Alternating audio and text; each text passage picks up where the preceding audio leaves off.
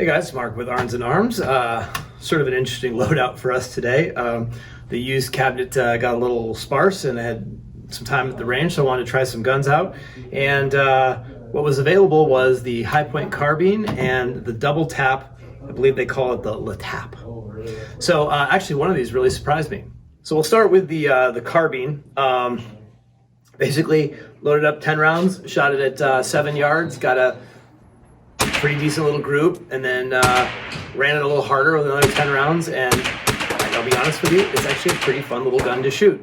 I don't know what else you would expect from it. It's a very inexpensive firearm. I'm not going to go through and tell you how it was the greatest gun I've ever shot, because it certainly wasn't. But if you found one of these for a few $100, like this one, which we currently have used on the shelf, you'd be well served as a fun little range gun.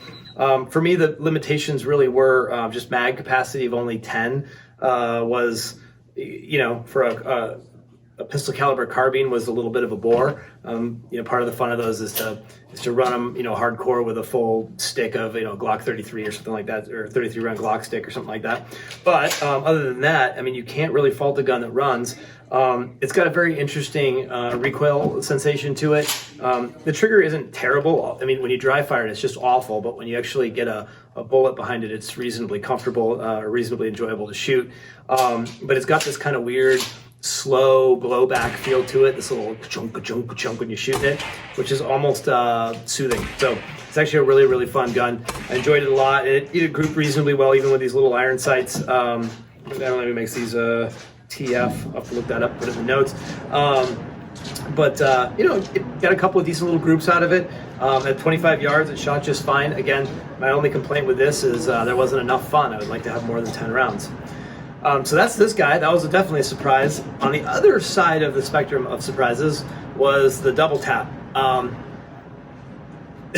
This might be one of the least enjoyable guns I've ever shot. So it's a 9mm, kind of Derringer style, but meant to mimic a pistol, I suppose.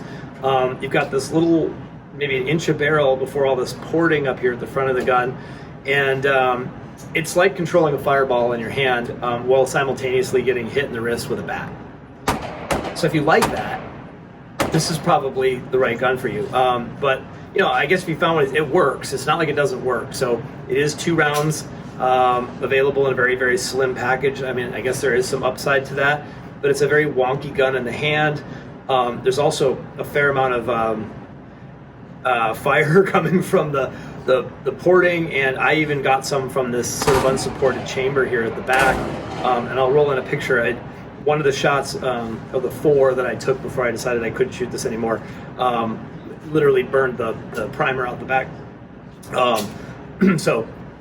The trigger's not particularly good. It's very long, very, very hard, and it breaks really aggressively. There's not much to say that's fun about this. I shot it 4 times, 2 up close, and then I took 2 shots at 25 yards.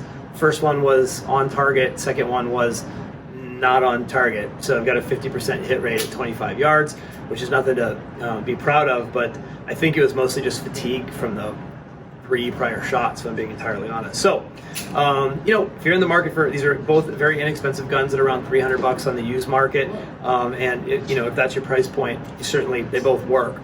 But if I found the Hi-Point on the shelf, I might actually consider that. It'd be a lot of fun. Certainly fun to go take my kids out and just beat on, and you wouldn't have to worry about it too much. You take it out to the cabin, and I don't doubt this thing will run pretty much no matter what you do to it. The Doubletap, on the other hand, if you already have one, and you can submit your hate mail down here. It would be the first time I've gotten hate mail for reviewing a firearm, and I'm sure there is some practical application for this that I don't know what it is at the moment. So that's this week's short reviews: the Hi-Point Carbine and the Doubletap.